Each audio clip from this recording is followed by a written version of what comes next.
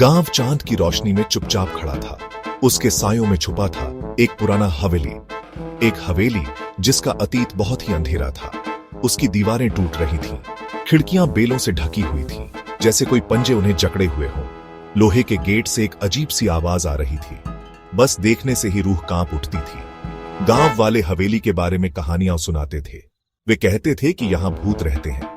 कुछ लोग एक छिपे हुए खजाने की बात करते थे जिसकी रक्षा बुरी आत्माएं करती थीं। कुछ का कहना था कि उन्हें रात में चीखें सुनाई देती हैं। कोई भी उसके पास जाने की हिम्मत नहीं करता था। हवेली डर का प्रतीक बन गई थी, अंधेरे की याद दिलाता था जो सतह के नीचे छिपा था। गांव वाले उसकी तरफ देखने से भी बचते थे। वे सच्चाई जानते थे, कुछ राज दफन रहने के लिए ही अच्छे होते हैं। अरुण अलग था। उसने गांव की कहानियों का मजाक उड़ाया। वह एक जवान लड़का था जो जोश और रोमांच से भरा हुआ था। उसने अंधविश्वास से बंधे रहने से इनकार कर दिया।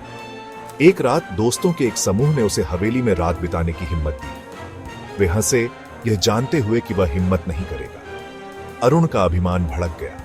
उसने हिम्मत स्वीकार कर ली। वह उन्हें गलत साबित करेगा। वह हवेली में रात बिताएगा और उसके राजों को उजागर करेगा। जैसे ही सूरज डूबने लगा, अरुण हवेली के पास पहुंचा। उसने महसूस किया कि उसकी रीढ़ की हड्डी में ठंडक दौड़ गई है। उसने चरमराते हुए दरवाजे को धक्का दिया और अंदर कदम रखा। हवा भारी हो गई, सड़ांत की गंध से भर गई। अरुण ने एक मौजूदगी को महसूस किया। उसने हवेली के दरवाजे खोले। अजीब सी खामोशी ने उसका स्वागत किया। हवेली ने अपनी सांसें रोक रखी थीं, इंतजार कर रही थी। खेल शुरू हो चुका था। हवेली सायों और धूल का भूल भुलैया थी। हर जगह मकड़ी के जाले लगे हुए थे। अरुण कमरों के बीच घूमता रहा। उसका दिल जोरों से धड़क रहा था। उसने दीवारों पर फीके पड़ चुके चित्र देखे। उनकी आंखें मानो उसका पीछा कर रही थीं।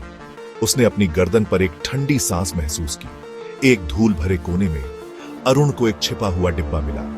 उसे एक पुरानी डायरी मिली। इसके पन्ने भुरभुरे और पीले रंग के थे। डायरी उस जवान औरत की थी जो कभी हवेली में रहती थी।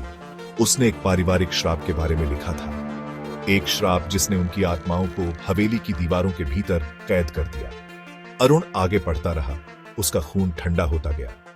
महिला ने अपने पूर्वजों द्वारा किए गए भयानक अनुष्ठानों का वर्णन किया। उन्होंने अमृता चाही, लेकिन उन्हें अनंत पीड़ा ही मिली। वे हवेली से बंधे हुए थे, जाने में असमर्थ थे।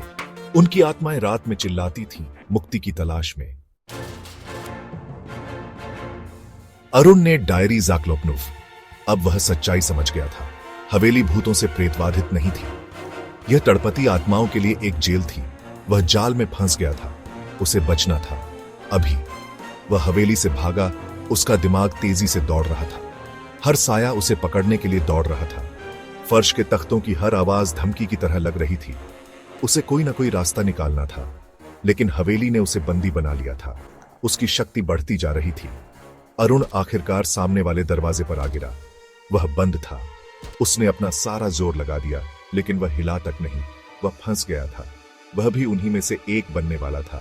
तभी जब सारी उम्मीदें खत्म होने लगीं, तो उसे हवेली के पीछे की तरफ एक छोटी सी खिड़की याद आई।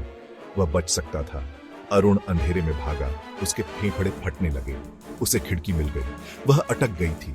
उसने पूरी ताकत से धक्का दिया और खींचा। यह आखिरकार हार मान गई।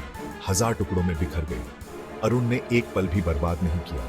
वह खिड़की से रेंगता हुआ बाहर निकला और भागा। जब तक वह अपने गांव की सुरक्षा तक नहीं पहुंच गया, तब तक वह नहीं रुका। अरुण ने उस रात जो देखा उसके बारे में कभी बात नहीं की, लेकिन डर बना रहा। हवेली अभी भी खड़ी थी, चांदनी में एक खामोश प्रहरी, और अरुण जानता था कुछ राज दबे रहना ही बेहतर है।